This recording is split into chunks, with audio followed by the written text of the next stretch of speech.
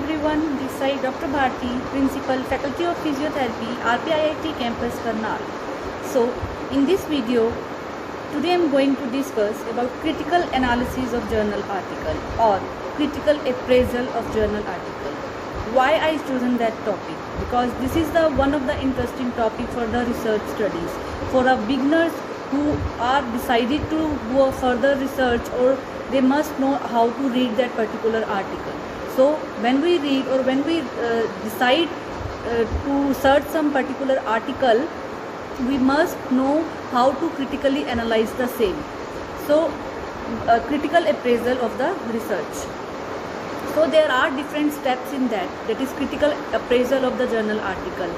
Step 1 include decide whether it should be read this article or not. It is very important step because for reading the further article, we must know that whether it is feasible for the researcher to do the study, or whether there are equal some research questions are there in that, or whether the conclusions are there in that study or not. So first of all, go on to the look at the title first. Before reading the further study, title must be crisp and clear cut for the layman population or the researcher, those who want to read that article.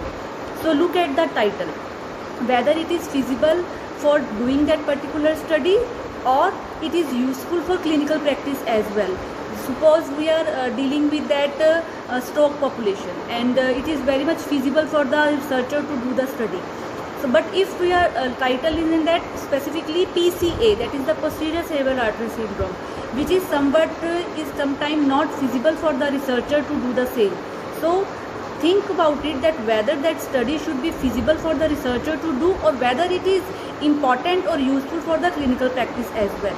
After looking at the title, then we go to the quick review of the abstract only, which is the whole synopsis of the study, whole procedure of the study that we are opt for.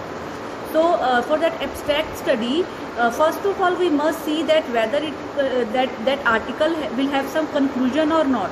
Suppose or whether that conclusion is valid or not. Suppose we are giving TENS for the pain reduction. As we all know, that theory of the TENS stated that it was useful for reduction of the pain, and in conclusion, our conclusion of the study, that particular study, was that only yes, TENS is improving the pain. So that is valid as well, and that is helpful from the clinical practice as well, because pain is a very much important symptom for that particular population. So if we are dealing that TENS is useful, whether TENS is useful for reduction of swelling, and at the conclusion we stated that yes, null hypothesis is accepted and it was not useful for reduction of the swelling. But we know that TENS is not useful for pain reduction, that is for swelling reduction. So it is not valid. So look at the title, abstract and the conclusion part, whether it is important or whether it is useful for the clinical practice as well. Then quickly brush up the material and methodology section.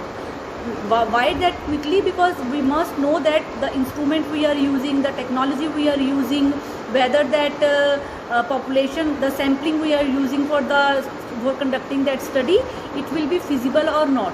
So if it is feasible, then yes, we must further go through that article. If that title, abstract and the material methodology in the abstract part are feasible to do the study, then yes, we go ahead and read the article further. Next step is assessment of research question, which is very important part.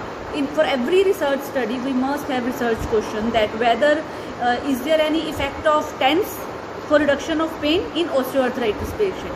That is the one title, that is there any effect of TENS for reduction of pain in osteoarthritis population, which is title must clear cut shown that whether that osteoarthritic population have pain is the common symptom, and that for reduction of pain we are giving TENS. So TENS is useful for reduction the pain in the osteoarthritis patient. Is there any effect of TENS, whether that framing of that particular research question is there by the author or not. Next, was it feasible for the authors to study this question? Means it in that the researcher must be expertise in that particular technique, expertise in that facilities which are available, and expertise for that sampling, whether from where he was conducting the study. So was it feasible for the author to do the study? So that is very much important. And next element is novelty. Is for that research question you have some element of novelty, not that copy paste of the previous and retrospective studies. We must have a novelty for the same. Whether we are invent some particular machine, whether we are invent some particular protocol for study, or whether we are filling up some gaps which are present in the existing knowledge, existing studies, because there are some limitations for the for every study. So whether we are accommodate or we are fulfill overview that limitations of the previous study.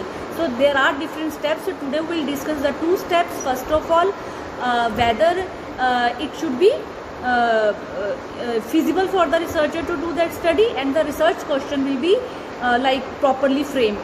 So in my next videos we deal with the further steps of that critical appraisal. Thank you so much.